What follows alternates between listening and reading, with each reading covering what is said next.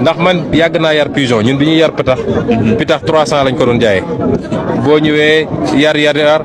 kii jël parfum def sànni pour mu ootal nga këppatal gaaw jaay balaa borom di ñëw yooyu yëpp jaar nañ ci.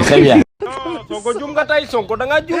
Sonko xanaa da ngaa nambate ay plainte yu bees xam naa ne fi mu toll nii gars yi ñu ngi commencé woote Ziguinchor di laajte kan moo fi manqué le woon ay pigeon bi nekk xale bi paa moom buñ la plaintee da ngay wuy ji moom bi paa moom buñ la plaintee da ngay wuy ji maa la ko wax léegi nga gis Adji Sarr génn naa ne yaa sàccoon sama pigeon papa yi biñu nekkee xale wala rek borom dëkk bi génn naa ne sama pigeon yi nekkoon Fatick tam daan manqué yaa ko këppataloon ba pare doo ci mën dara doo ci set ndax yaa ko wax te bu boobaa nag ñun dañuy taxaw seetaan leen suñu yoon nekk tu es expert en vol parce que daf ñoo wax ni dafa doon sàcc pitax ba mu nekkee xale dafa ne dafa xamoon na technique am na expertise ci sàcc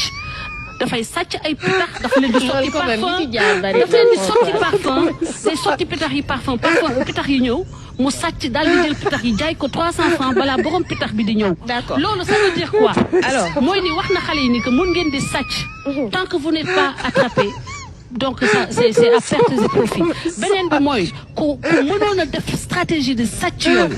et de dissimulation yooyu buñ la joxee les fonds de ce pays là les caisses de ce pays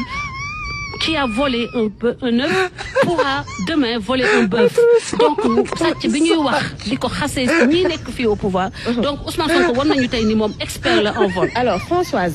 sànq da nga tudd dossier bi nga xamante ne moom moo dox ci digganteem ak Adji Sarr yéen itam depuis le début boobu ba tey yéen a ngi wax ne que vous détenez des preuves mais ba tey gisuñu dara.